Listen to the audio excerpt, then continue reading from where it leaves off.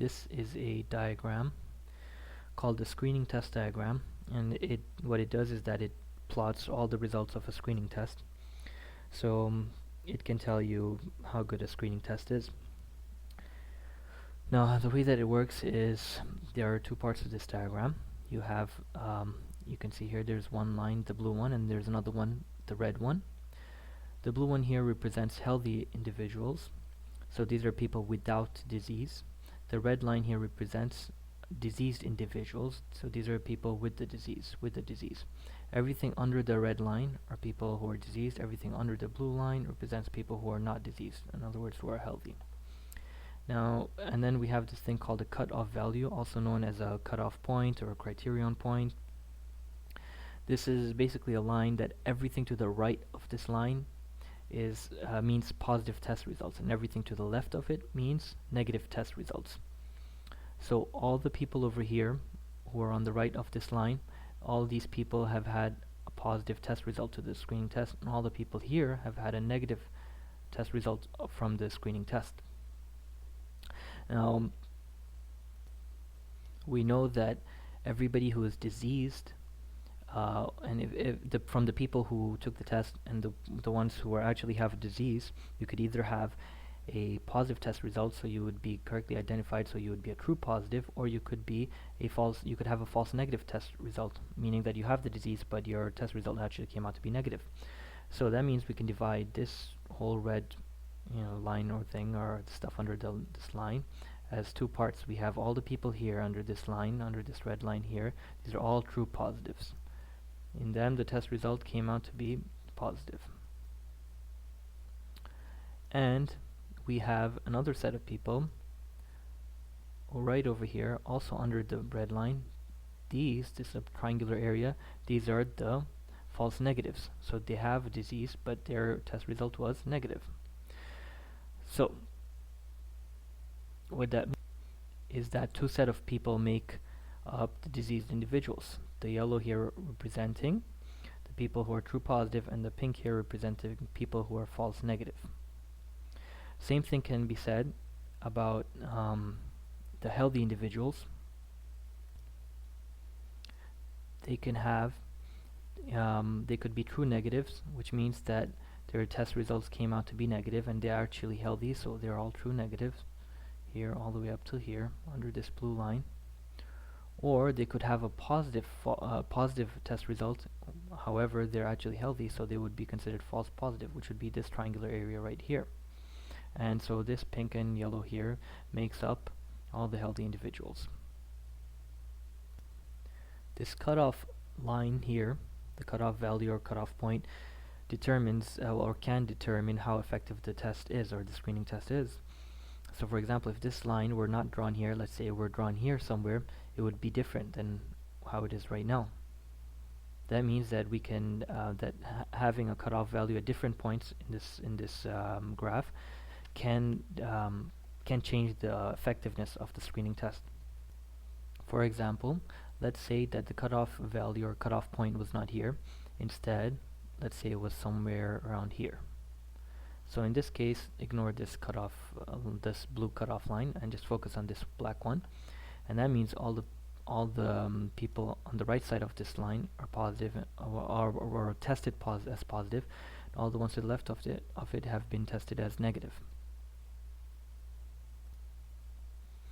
Now what that does, as you can see, let me just change this. As you can see, what that does is that our true positives have now decreased, and these ones over here, this yellow, this represents the true positives. Because they have disease, they're under the red line, and they're on the right side of the cutoff line, so they actually have a positive test result. And the false negatives have changed as well. You can see now the false negatives are all of these people on the left side of this line, because they have a negative test result despite them being under the red line, meaning that they are still diseased. So what has happened is that our true positives here, the yellow ones, have decreased, and the false negatives have increased. So this is not something that we want. Of course, we want more true positives and less false negatives.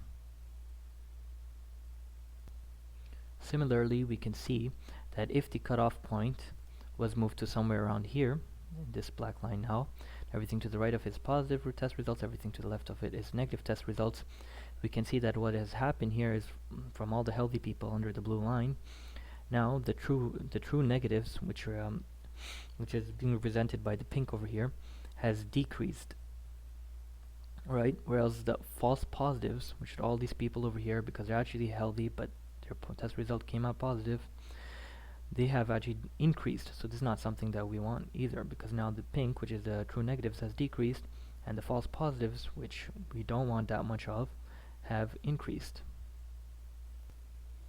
Now let's cover same graph, but this time let's see some other potential cutoff points. Here we have a potential cutoff point at A, line A, B, C, D, or E. So these are all just potential cutoff points. So for example, if you were asked a question that at which cutoff point or line would you have the highest or maximum amount of sensitivity, would it be at cutoff A, B, C, or D, or E, then how would you answer that question? Well, it's actually really simple. You just have to know what sensitivity actually means and the fraction, or the fractions for it, which is basically true positive over true positive plus false negatives. So first you should know that sensitivity is the amount of people who are correctly classified as having disease, and meaning the true positives, over all the people who have the disease, which could either be true positives or false negatives. So if we go back to the numerators and denominators, we see here sensitivity is true positive over true positive plus false negative. Now since this is a fraction, and in order for us to get the highest amount of sensitivity, the best case scenario would be 100% sensitivity, right? That would mean, since true positive on the top and true positive on the bottom are both going to be the same in any case, that would mean that the best possible scenario for us to get 100% sensitivity would be to have a 1:1 ratio between the numerator and denominator, thus resulting in 100% sensitivity. That would mean that the best case scenario would to have, let's say if our true positives were 10, and here the true positives again obviously were 10, the best thing for us would be to have a false negative of 0. Because if you have a false negative of 0, then that would mean that it's basically negligent, and so what we would have then is 10 over 10, which is equal to 1, which is equal to 100%.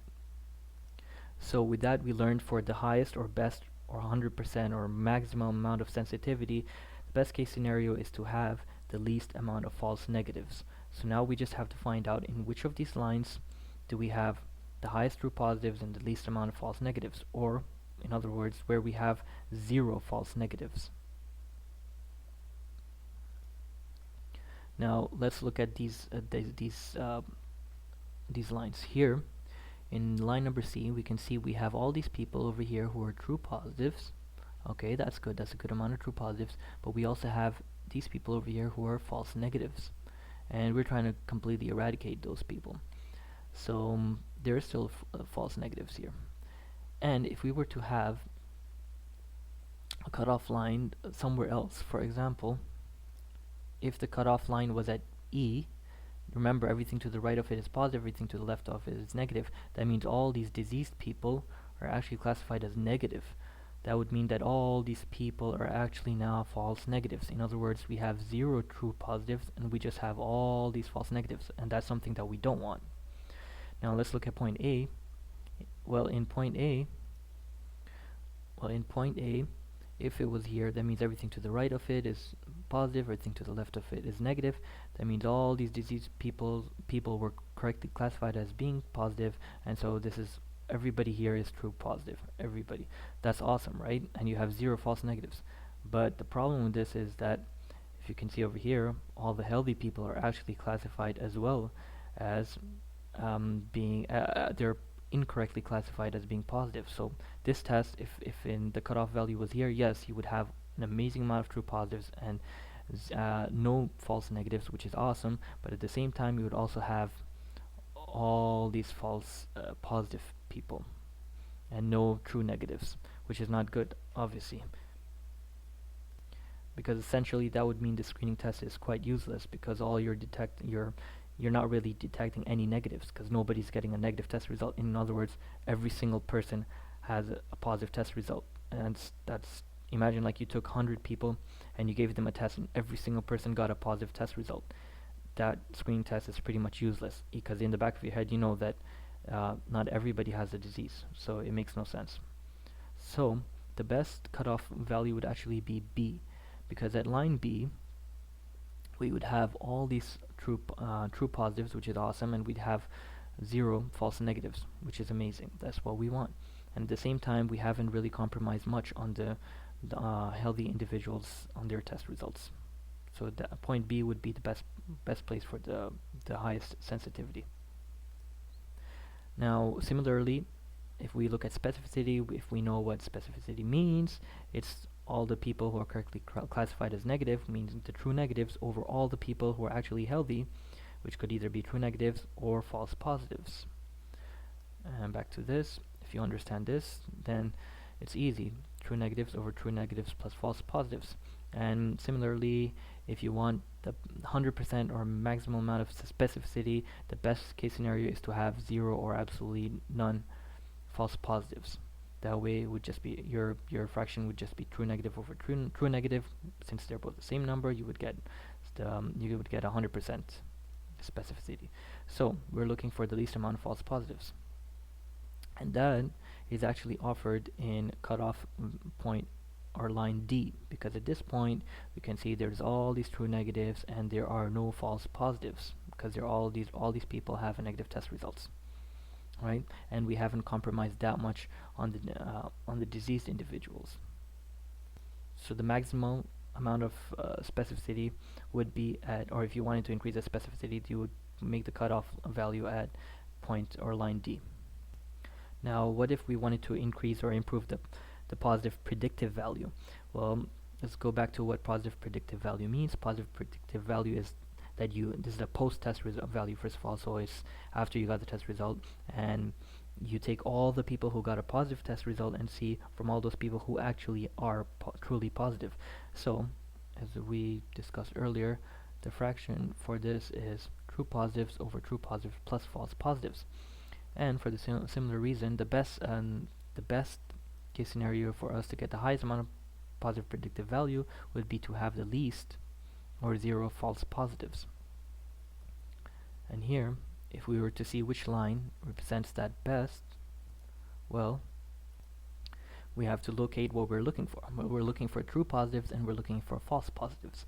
And if the line were at cutoff line were at D, then we would see that the true positives, yes, they have decreased. Instead of all these people being true positive, now just these people are true positives. But we can see that the false positives, which originally were these people, since the line has moved here, there are no false positives, because remember, on the right side is all positives. In the positive side, there are 0 false positives. They're all just true positives. There is no blue line on the right side of this cutoff value of D.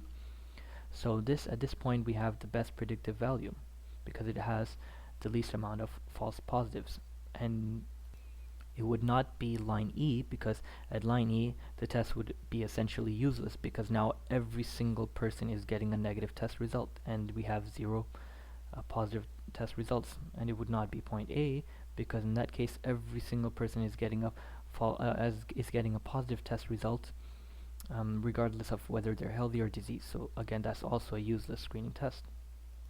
So maximum or best predictive value would be at point D, or cutoff value D.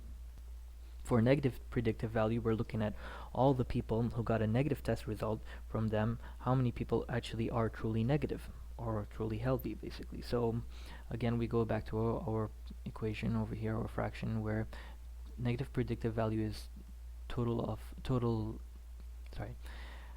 true negatives over true negatives plus false negatives. And once again, we know that the best case scenario would be to have the least amount of false negatives, and that would be accomplished. Let's look over here. Here we have true negative over true negative plus false negative, and if we put the cutoff line over here, we can see that what has happened is, let me switch to this. we can see what has happened is that the false positives have increased, but we don't care about the false positives, right? Because now all these people are false positive. But if you could look over here, you can see that these are all here true negatives. Yeah, that's awesome. And if we look at the false negatives, well, we have no false negatives because all these people actually have a positive test result, so there are no more false negatives. So this is the best case scenario. So the best or maximal negative predictive value would be at cutoff line B. Once again, it would not be A or E because those tests would be essentially useless, and it would not be D because, well, you would have, well, if you were to make the cutoff at D, okay, I'll show you here. If, let's say, you were to make the cutoff level over here, somewhere here, and everybody to the right would be positive, everybody to the left would be negative. Well, since we're looking at the true negatives and the false negatives, we don't care about any of the positive results, of course. We can see that the negative results, these are over here, the false negatives. Wait, I'll change this. So we can see here now the false negatives have increased so much. So we have a high amount of false negatives, and we don't want that. We want the least amount of false negatives, and we want the most amount of true negatives. And in this case, the false negatives have actually increased substantially. So despite the fact that we have all these true negatives, which is awesome, the problem though is that we also have so many of these pink ones who are false negatives, and we don't want that. So the cutoff D is not a very good option for the best negative predictive value. Therefore, the best negative predictive value, as we discussed earlier, is best achieved at point B. So if we summarize that, if we were to summarize, we would say that the best sensitivity would be at point B, or cutoff B. The best sensitivity, yes, would be at point B, and the best specificity would be at point D. Best positive predictive value would be at D, and best negative predictive value would be at B. Now there is something interesting here. As you can see, the sensitivity, the best sensitivity and the best negative predictive value are both at point B.